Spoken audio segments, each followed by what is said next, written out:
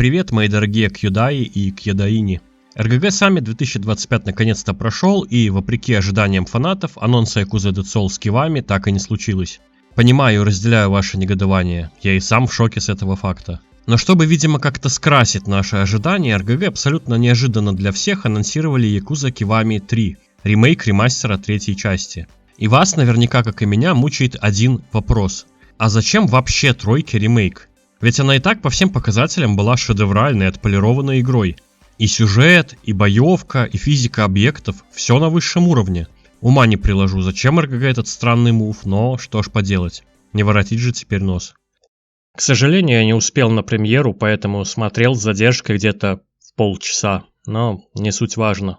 Давайте разбираться вместе. Ожидания от этого саммита у меня были примерно такие. Полчаса разговоров, затем детальная реклама мерча, затем какой-нибудь анонс, а затем интервью с ключевыми лицами. Но на мое удивление, разъеб случился уже в самом начале. Никаких прелюдий и предварительных ласок не было.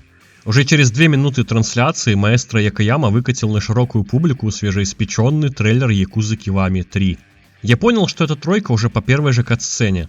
Я, к слову, довольно-таки хорошо знаю сюжеты номерных частей, и поэтому, когда на экране какой-то неизвестный мне персонаж сказал, что надо бы выкурить Кирю с этой земли, то у меня в голове сразу же все сложилось как 2+2. Это абсолютно точно третья часть. Но что это за персонаж? Я его не помню. Еще и саблями в него китайскими тычут, и договаривается он как будто бы тайно. Единственное, что я помню в тройке на этот счет, так это... Нет... Серьезно? Это Хамазаки? То есть его теперь будет играть какой-то японский актер? Да, вот тена. РГГ, видимо, решили не церемониться и сразу же отвесить щелбана всем старым фанатам. Так-то у Хамазаки в оригинале была очень сильная запоминающаяся внешность. Со своим грубым лицом он же реально выглядел как матерый зэк. Не то чтобы его прям сильно любил, но вот по существу мне вообще не нравится эта тенденция замены старых персонажей. Такое уже было и в четверке, и во второй Кивами. РГГ прям что-то зачастили с этими заменами. Но знаете, что здесь самое интересное? Личность этого японского актера, который будет теперь играть и озвучивать Хамазаки. Знакомьтесь, это Теруюки Кагава. Японский актер кино, а также театра кабуки, который также известен тем, что в 2019 году он совершил сексуальное насилие над хостес в одном из токийских баров. Как писалось в газете Сюкан Синчо, Кагава буквально силой стянул с хостес нижнее белье, а также дерзко и нагло облапал ее грудь. А потом вот недавно выяснили, что там вообще было 2 хостес, которых он домогался. Эта инфа, на мое удивление, всплыла только лишь в 2022, и после этого Кагаву практически отменили. Но похоже, что в настоящее время он постепенно начинает восстанавливать свою карьеру, и вот теперь даже получил роль в ремейке третьей части Якузы. Поговаривают, что Кагава очень раскаивается, и что РГГ таким образом помогают ему пройти путь искупления. Но фанаты Якузы уже штурмуют соцсети РГГ, чтобы они хоть как-то прокомментировали эту ситуацию и объяснили, как так получается, что актер Танимура из 4-й части, который был обвинен в употреблении наркотиков, был заменен в ремастере 4, хоть он и сумел доказать свою невиновность. А Кагава, получается, за сексуальное насилие над хостес роль не потерял, а получил. РГГ же, в свою очередь, заняли позицию «ничего не вижу, ничего не слышу» и стратегически отмалчиваются. Вот, собственно, и напрашивается вопрос, а так ли было необходимо вообще менять внешку Хамазаки, да еще и брать ее у такого человека? Боже, надеюсь, в трейлере больше никаких таких сюрпризов не будет. Но зато, по крайней мере, после начала трейлера стало ясно, что в ремейк добавят новые катсцены. Хоть что-то хорошее. Так, идем дальше. О, этот министр Сузуки как будто бы особо не изменился. Стоп, что? У Кирью синяя рубашка? И штаны? Так, погодите. Давайте разбираться. Чем, оригинальная красная рубаха разрабам-то не угодила? Нет, некоторые, конечно, скажут: Рида, это же просто рубашка, чё ты до нее доколупался? Но суть-то в том, что оригинальная рубашка почти такая же культовая, как и Кирюхин основной прикид. Одежда Кирю — это серый пиджак, серые брюки и красная рубашка. И в оригинале тройки он также носил серые штаны и красную рубашку, только более цветастую. Заложенный символизм персонажа просран. Теперь у нас Кирю будет ходить в синем. Или это черный вообще? Я сейчас реально взорвусь, вот вроде бы незначительная такая деталь, но меня как фаната как будто бы пырнули в бочину. Ощутимо прям так. Хорошо, РГГ, давайте будем считать, что у Кирю в шкафу все же больше одной рубашки. Постараюсь больше не думать о плохом, да и чего, собственно, расстраиваться, так ведь? Вон у нас теперь графон-то какой красивый. Dragon Engine во всей своей красе. Только гляньте, какое небо синее, и трава какая зеленая, и горы какие совсем не ПНГшные. Ох, и похорошела Окинава при министре Сузуки. Ладно, без стёба. Думаю, синюю рубашку я уже как-нибудь переживу. Тем более разрабы по-любому запихнули в игру гардероб, как они это делали в других новых частях. А если в гардеробе не окажется той красной рубашки, то я клянусь, я так люто затерплю. Вы не подумайте, я очень рад ремейку. Все выглядит отлично, просто лично я очень привык к старым персонажам. И мне крайне тяжело даются все эти перемены, и если новую версию Хамазаки я еще более-менее могу принять, то вот смена основной Кирюхиной одежды прям очень бросается в глаза. Офигеть, для меня рубашка оказалась важнее персонажа. Как-то пока болезненно трейлер проходит сквозь меня, вроде ведь и радоваться надо, ремейк же, на современном движке. А пока по ощущениям, как будто ешь торт, на который предварительно поплевал кондитер. Якаяма, прошу, не надо больше таких приколов, пощади ты старого фаната. Хорошо, давайте постараемся забыть об этих досадных нюансах и посмотрим, что еще нового...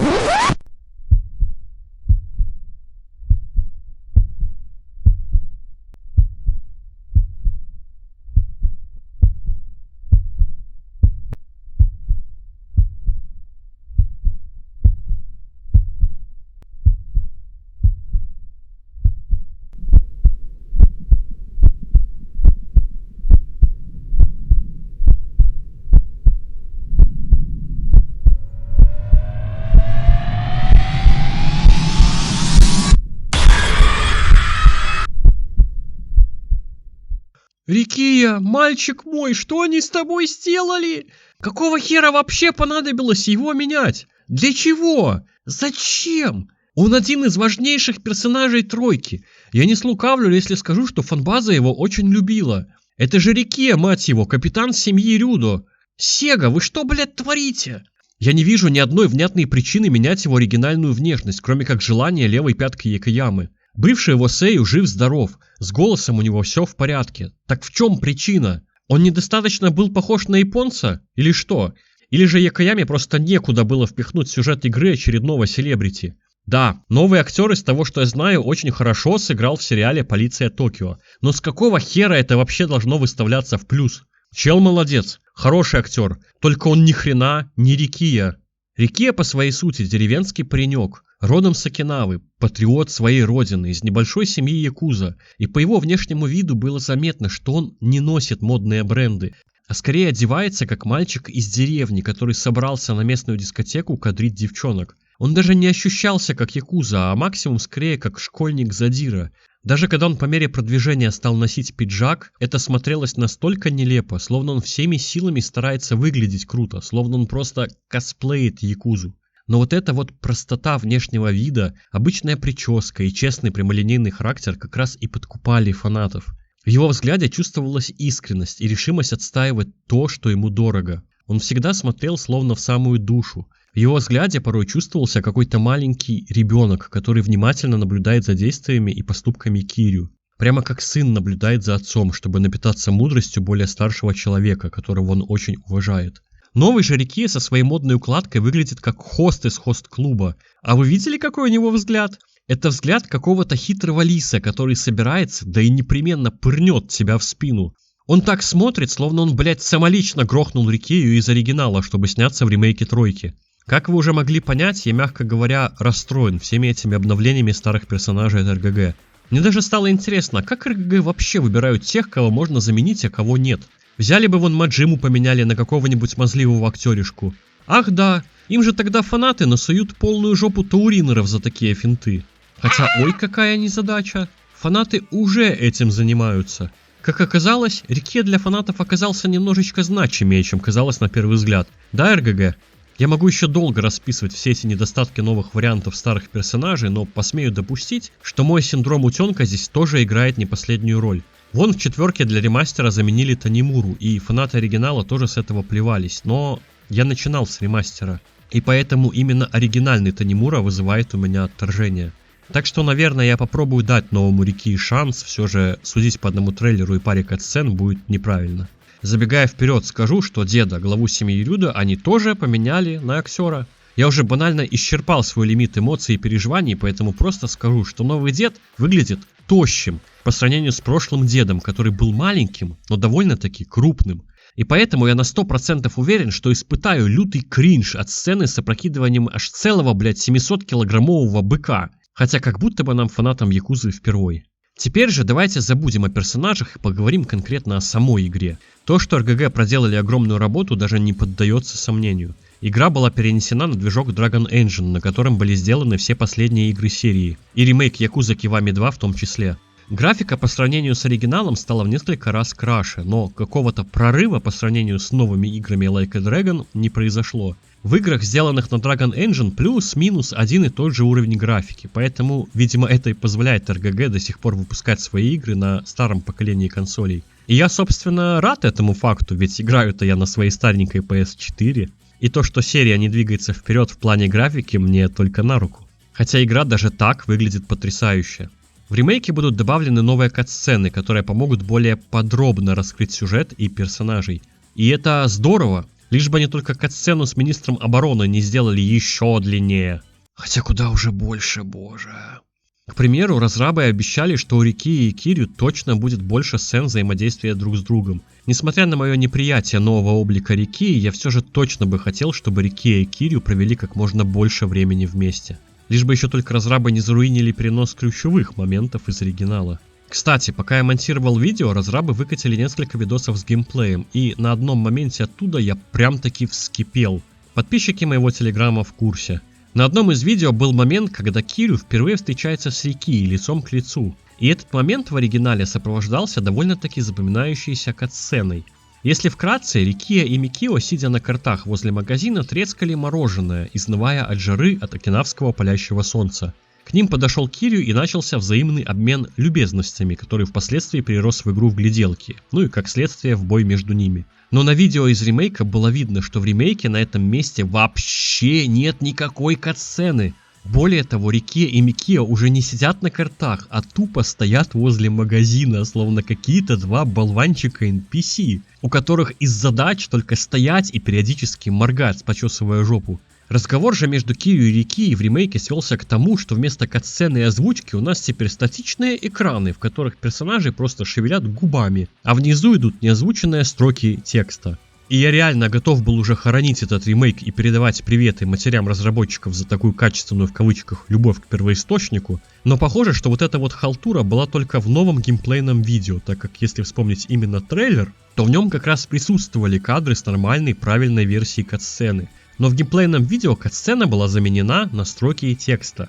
Может быть, это было геймплейное видео из какого-то более раннего билда? Такое возможно, но лучше быть на стреме. Боевка же будет примерно такая же, какой она была в Гайдене. У Кирю будет его основной стиль боя, а также новый стиль Рюкью, в честь того окинавского района, в котором, собственно, будут происходить основные события. В этом стиле боя Кирю будет управляться различным оружием. Тут и всякие саи, и нунчаки, и нагината, и даже некое подобие щита, чтобы почувствовать себя настоящим капитаном Окинава. Следуя примеру других новых частей серии, в игру был добавлен гардероб с одеждой, чтобы абсолютно каждый игрок мог в полной мере проявить себя в умении заруинить себе абсолютно все игровые катсцены, или же возможно сделать их лучше. К слову, та самая красная рубашка в гардеробе обнаружена не было. Также в ремейк добавили окоборды, чтобы нам было легче передвигаться по этой огромной окинавской территории, состоящей из двух маленьких улиц и 3 домов. Караоке, естественно, никуда не делось, но вот перечень треков, видимо, претерпит существенные изменения, так как в игре абсолютно точно будет Machine Gun Kiss, который впервые появляется лишь в 4-й части. Хотя, если честно, будь моя воля, я бы вообще все треки в Якузе поменял бы на Machine Gun Kiss, ибо, как говорил легендарный Якуза, Ичиоку, Ниоку, Хьякуоку но Кису, во аби сетееру. Трека Камурочо Lullaby, похоже, не будет, ровно как и Shooting Star и Saturday Night Love, хотя, возможно, еще не все потеряно, и о их наличии в игре объявят позже. Очень надеюсь, что хотя бы Shooting Star все же вернется в ремейке.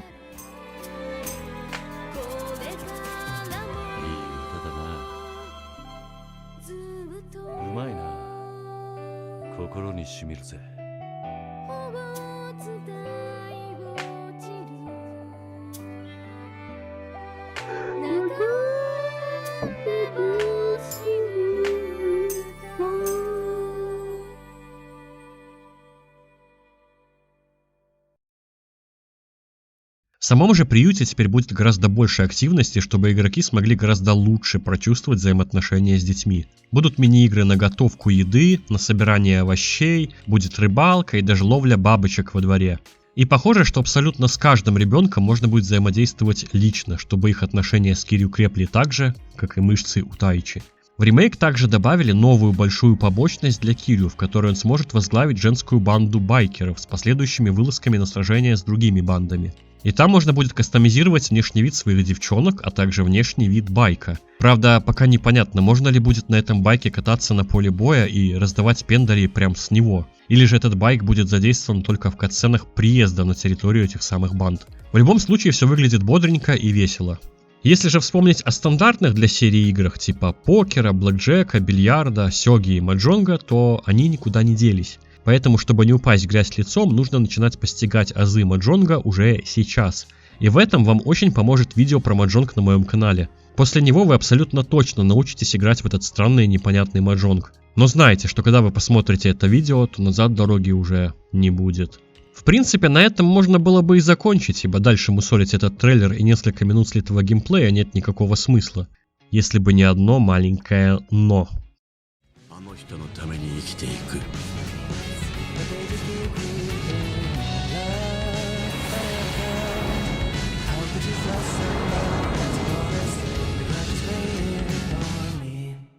Вместе с анонсом ремейка третьей части РГГ анонсировали вшитую в игру дополнительную кампанию за Йошитаку Мине, одного из ключевых персонажей третьей части. Это будет практически полноценная игра размером примерно с Гайден про Кирю, со всякими своими побочными активностями.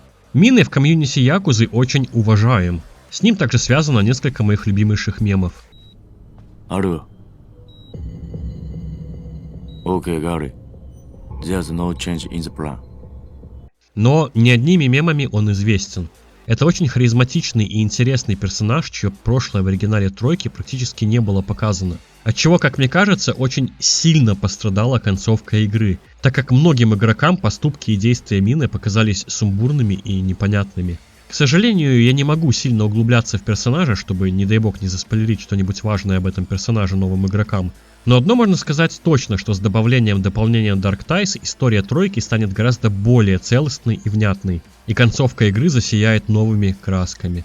У Мины будет свой собственный уникальный боевой стиль, но с какими-то забавными отскоками от врагов, от которых, если честно, немного угорнул, так как враги как будто бы даже и не чувствуют никакого импакта от того, что от них только что оттолкнулся довольно-таки крупный взрослый мужик. Но это уже мелочи, и не такое в якузах видали.